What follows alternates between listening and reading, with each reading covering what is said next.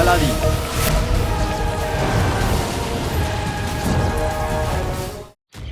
ছোট্ট লাগে এই ভূমি, ছোট্ট লাগে আকাশ। আমার পাজামা হলো এত বড় যে ঢুকে পড়বে পুরো দুনিয়া। চিনু, আমি একটা সুন্দর কবিতা বলতে যাচ্ছিলাম আর তুই সব খারাপ করে দিলি। মা, জিনু, তুই এই পোশাকে কাজ কি করে করবি? তোর তো আলাদিনের মতো পাজামা পরা উচিত ছিল। মা, আমার কাছে এরকম পাজামা নেই। আর যখন আমি পাজামা পরি এমন মনে হয় যে আমার পা দুটো ভাগ হয়ে গেছে। তবে এই পোশাকটা ভালো না? আরে জিনু আমার ভাই, খুব ভালো লাগছে। দেখিস, খনি তোকে দেখেই নিজে নিজেই ঘুরে যাবে। সত্যি? না। জিনু, তুই কার কথা শুনছিস? এক মায়ের কাছে তার সন্তানকে সব পোশাকে সুন্দর লাগে।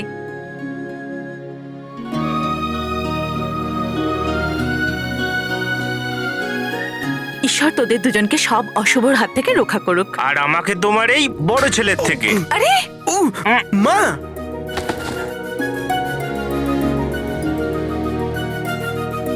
দেরি হয়ে যাচ্ছে, যা।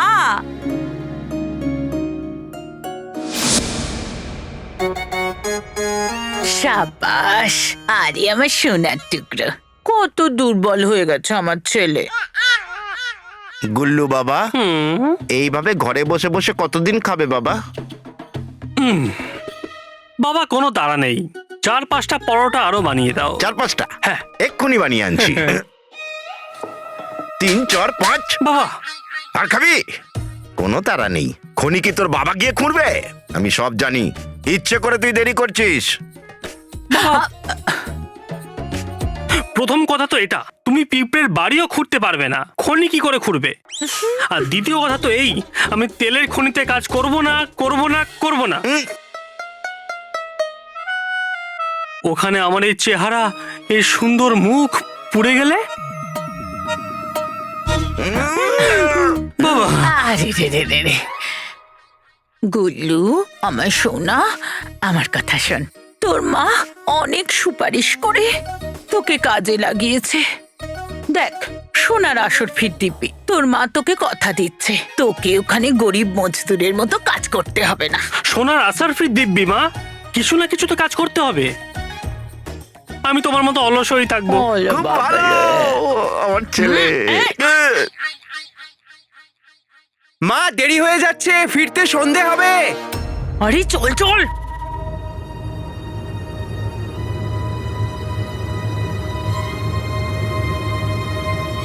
আরে আলাদিন, ও হো হো হো হো হো। দেখলি গুল্লু সোনা, শেখ চিনু আর আলাদিন ওই কাজেই যাচ্ছে। জানিস কেন? কেন মা? সোনার আসর ফির দিবি গুল্লু, কারণ ওই কাজের পুরস্কার অনেক বড়। পুরস্কার প্রীতিকে দেবে নাকি মা? এই প্রীতির আচার বানাবি তুই? আরে প্রাসাদে যাবি তো আসল মজা পাবি তুই। ও তো প্রীতির থেকেও 10 গুণ বেশি সুন্দরী। তোর ইচ্ছে, তুই যাবি কি না যাবি, নাকি বসে খাবার খাবি? পুরস্কার তো ভাই তোর ভাই নিয়ে চলে যাবে। হ্যাঁ গুল্লু। না না না না না না ভাই না, আমি যাবো, আমি কাজ করবো। হ্যাঁ, আমি। সাবাস আমার সোনা, আমি জানতাম তুই নিশ্চয়ই যাবি। এক কাজ কর, তোর মা তোকে দুটো নয় একটা, তাও আসল আসর ফি দিচ্ছে। টাঙ্গা গাড়িতে যাবি, তাহলেই আগে পৌঁছবি। আমরাও আসছি। যা যা, জয় হোক তোর। কিন্তু মা, যদি আমার চুল খারাপ হয়ে যায়? এখনই চুল তোর ঠিক বাবা করছি, দাঁড়া। বাবা বাবা। ও, আরে খুব দরকারি জিনিস আনতে ভুলেই গেছি। দাঁড়া, আমি এক্ষুনি আনছি। আমি মায়ের সাথে যাচ্ছি, তুমি এখানে দাঁড়াও।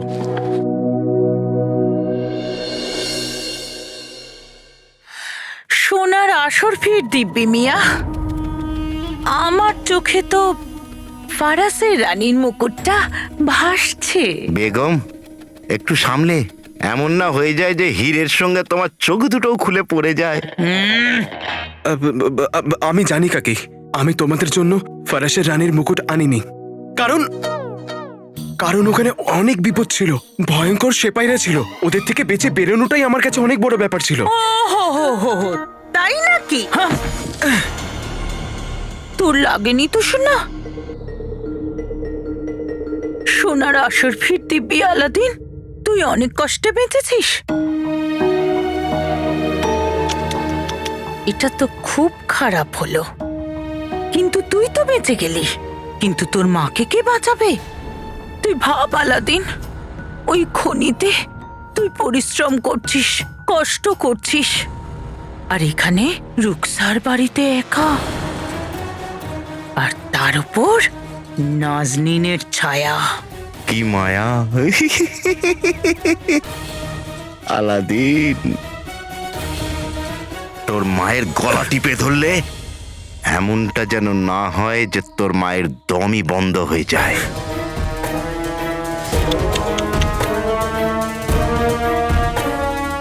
তোমরা তোমরা আমার মাকে নিজের মতো ছেড়ে দাও। কালকে আমি তোমাদের জন্য মুকুট আনিনি, কিন্তু আজকে রাতে ফারাসের রানীর মুকুট তোমার মাথায় থাকবে। যদি তুই মিথ্যে কথা বলিস তাহলে আমাদের থেকে খারাপ কেউ হবে না। এই, এই, বাবু, মন দিয়ে কাজ করবি। শোন, আমাদের সিন্ধুকে আজ রাতে ফারাসের রানীর মুকুট যেন থাকে, বুঝলি কালু?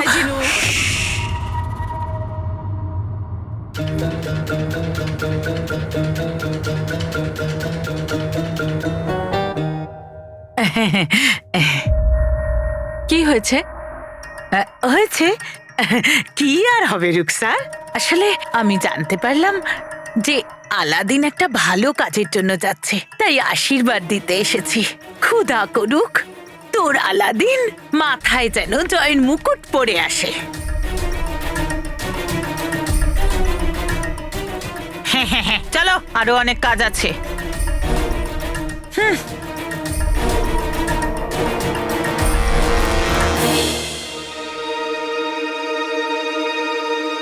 তুই এত ভয় পেয়ে কেন আছিস? বৌদি কিছু বললো বুঝি?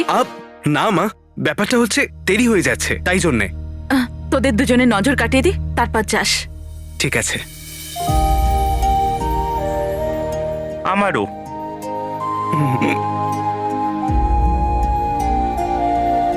নিজেদের খেয়াল রাখিস। ধন্যবাদ মা, খুদা হাফিজ। খুদা হাফিজ। ওয়েল হাবিবি, ওয়েল হাবিবি, ওয়েলে ওয়েলে ওয়েলে হাবিবি। ওমরকে আমি বহু বছর ধরে চিনি। ওর মতো বিশ্বস্ত আর বাহাদুর সেপাই আমি আগে দেখিনি।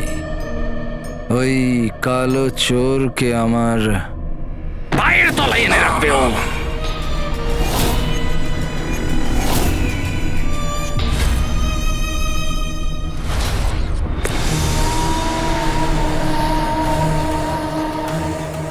যদি এরকম হয় তাহলে আশ্চর্য প্রদীপ আমার কাছে থাকবে।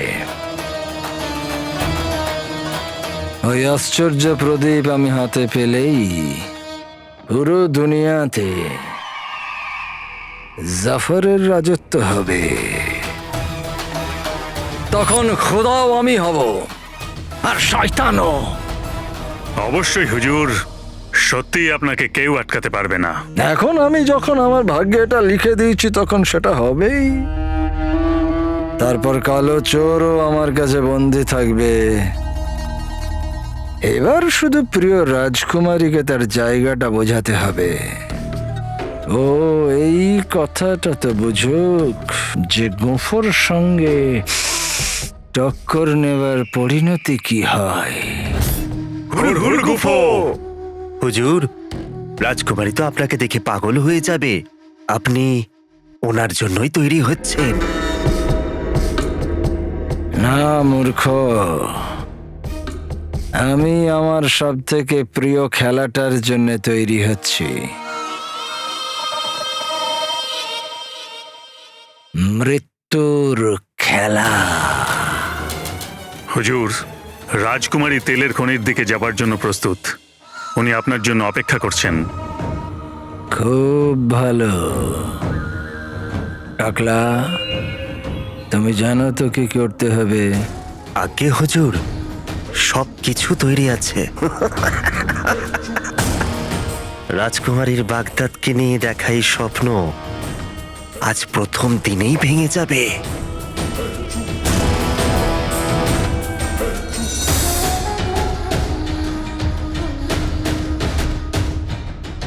জাফরের সঙ্গে যে লাগবে মাটিতে মিশে যাবে।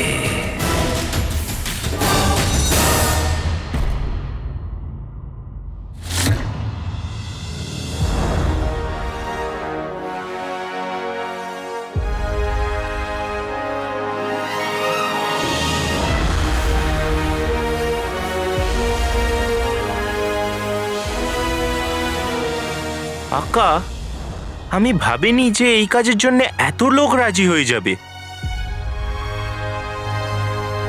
জেনু, হুম। সব দেশের উন্নতি তাদের জনগণের হাতেই থাকে। আজকে আমরা যখন সবাই পরিশ্রম করে এই তেলের খনি খুঁড়বো, তখন দেখবি দুনিয়ায় আমাদের দেশ সবার থেকে এগিয়ে থাকবে। তেল নিয়ে নাও, তেল নিয়ে নাও। চল লাইনে। আপনি আসুন।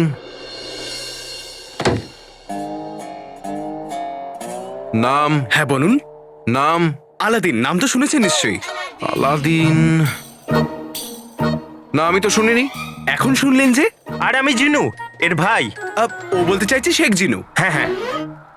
ঠিকানা বলো। 3 নম্বর ঘর, 7 নম্বর বাড়ি, মেহেরবান গলি, পাড়া আলবুজ, বাগদাদ। আপনি ওই বড় খেজুরের গাছটা দেখেছেন? ওটা আমাদের বাড়ির কাছেই, এত কাছে যে খেজুর আমাদের বাড়িতে এসে পড়ে, এত কাছে। এখানে কাজ করার মতো লোক চাই। খেজুর খেতে হলে নিজের বাড়ি যাও। ক্ষমা করবেন, পরের বার আমরা ঠিক খেয়াল রাখবো। এই নাও, নিজেদের হাতে বেঁধে নাও। এটা তোমাদের পরিচয় তকমা, হারাবে না এটাকে। হ্যাঁ। আচ্ছা, ওই পাহাড়টা দেখতে পাচ্ছ পাশে? হ্যাঁ, ওখানে গিয়ে দাঁড়াও, অপেক্ষা করো। হ্যাঁ নিশ্চয়ই। ধন্যবাদ। এই নে, তাড়াতাড়ি বাঁধ। না, তুমি আগে। বড় কে, আমি না তুই?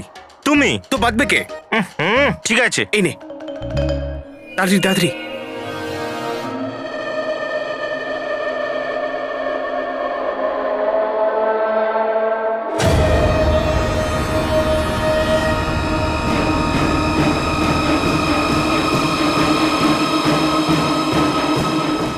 বছর আগে গুফো এখানে 20 জনের প্রাণ নিয়েছিল। জানি না আজ কতজন মরবে।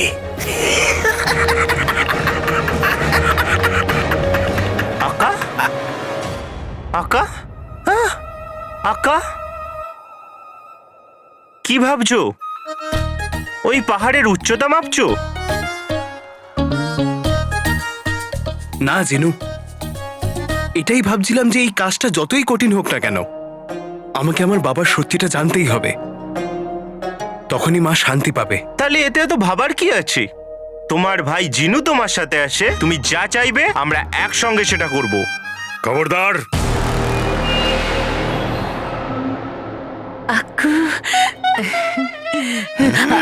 নাজু, খবরদার! এখন আমি যা বলতে যাচ্ছি তোমাদের সেটা মন দিয়ে শুনতে হবে। আমি হলাম সুবেদার আকবর।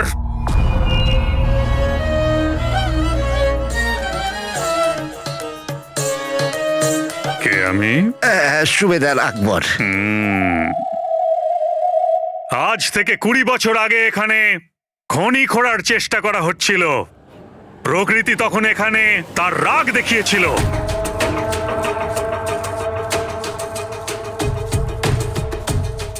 এই জন্য এবার আমরা আমাদের কাজ শুরু করার আগে প্রার্থনা করব যাতে খোদা আমাদের ওপর দয়া করে।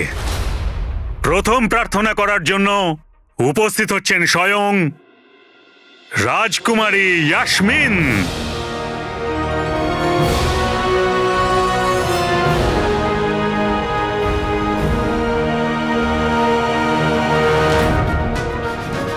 হায় আল্লাহ, আমার বৌমা। যাক গেল। ইয়াসমিন? কে আসছে? রাজকুমারী ইয়াসমিন? আর হ্যাঁ, সবাই এই সীমার পেছনে থাকবে, বুঝলে? কেউ যদি এর আগে আসার চেষ্টা করে তাহলে তার শিরচ্ছেদ করা হবে। চলো। চল।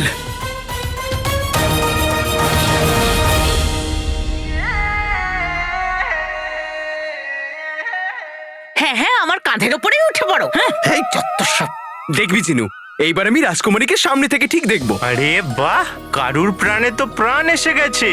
এমনটা মনেই হচ্ছে না যে আমরা তেলের খনি খুঁড়তে যাচ্ছি। আমার এমন মনে হচ্ছে যেন তোমার বিয়ের সম্বন্ধ করতে যাচ্ছি। ওটাও হয়ে যাবে চিনু, রাজকুমারী ইয়াসমিনের সাথে। মনে হয় ঈশ্বর আমার উপরে দয়া করেছেন।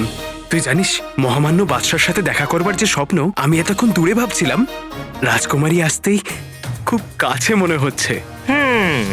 আকা, আমি তোমার আনন্দের ভাগিদার তো হতে চাই, কিন্তু কারুর জন্য খারাপও লাগছে। কি? কার জন্যে? তোমার বন্ধু প্রিয় সমস্যার জন্যে।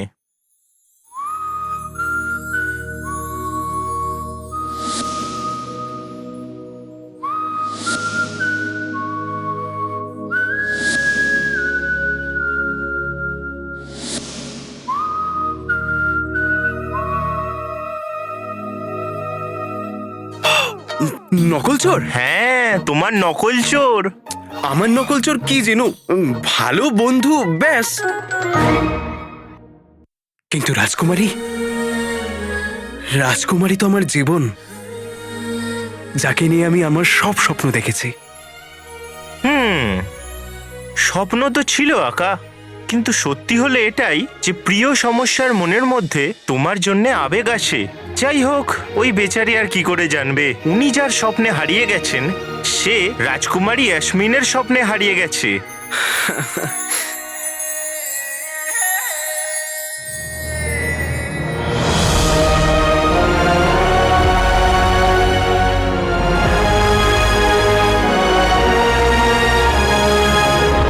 কালো চোর আমার বাবাকে ফিরিয়ে দিয়েছে, যার জন্য আমি এই তেলের খনির স্বপ্ন পেয়েছি।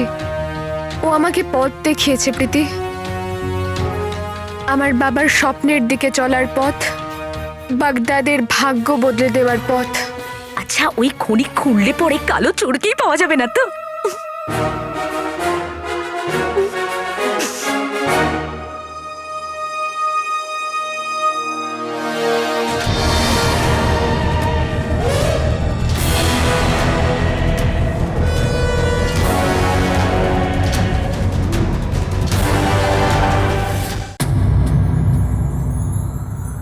রাজকুমারী, আমরা তোমার স্বপ্নের কাছে পৌঁছে গেছি, বাইরে বেরিয়ে এসো।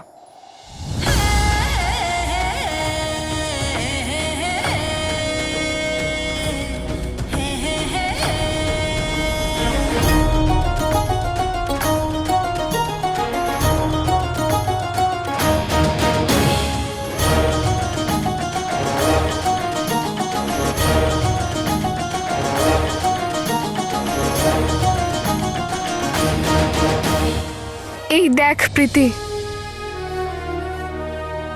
এটা হলো আমার স্বপ্ন। এটা ছাড়া আমি আর কারোর কথা ভাবি না। রাজকুমারী, আমি রাজকুমারীর সঙ্গে একান্তে কিছু কথা বলতে চাই।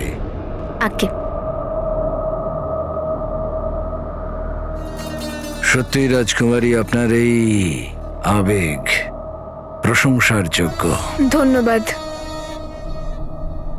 আমি শুধু এটাই বলতে চাই যে আজকে যেই মুহূর্তে আপনি আপনার উদ্দেশ্যের দিকে অগ্রসর হবেন, তারপর আর আপনার ফেরার কোনো রাস্তা নেই। আপনার কেন মনে হচ্ছে ওয়াজিরে আলা যে আমি আমার বাবার স্বপ্ন থেকে ফিরে আসতে চাইবো? কারণ এখানে এসে আমার পুরনো জখমগুলো আবার তাজা হয়ে উঠল। কারণ আজও আমার চোখের সামনে প্রকৃতির সেই ভয়ঙ্কর ভয়ঙ্কর বিপর্যয়টা দেখতে পাই আমি। দেখুন ওয়াজিরে আলা, আমি আপনার চিন্তা বুঝতে পারছি, কিন্তু এরকম নয় যে যেটা আগে হয়েছে সেটা আবারও হবে। ওটা একটা দুর্ঘটনা। দুর্ঘটনা জীবনকে থামিয়ে দেয় না।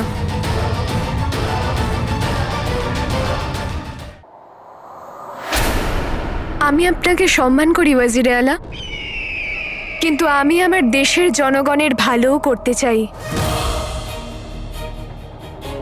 সেই জন্য আজকের দিনে আমি এসব শুনতে পারবো না। আমি বাগদাদের সুলতানা হতে চলেছি। বাগদাদের জনগণের খুশি আমার দায়িত্ব, যার জন্য এই তেলের খনি আমি বাগদাদে করেই ছাড়বো। আপনার এই সাহস আর চিন্তাধারা দেখে আমি এটাই বলতে পারি যে আমি আপনার সঙ্গে আছি।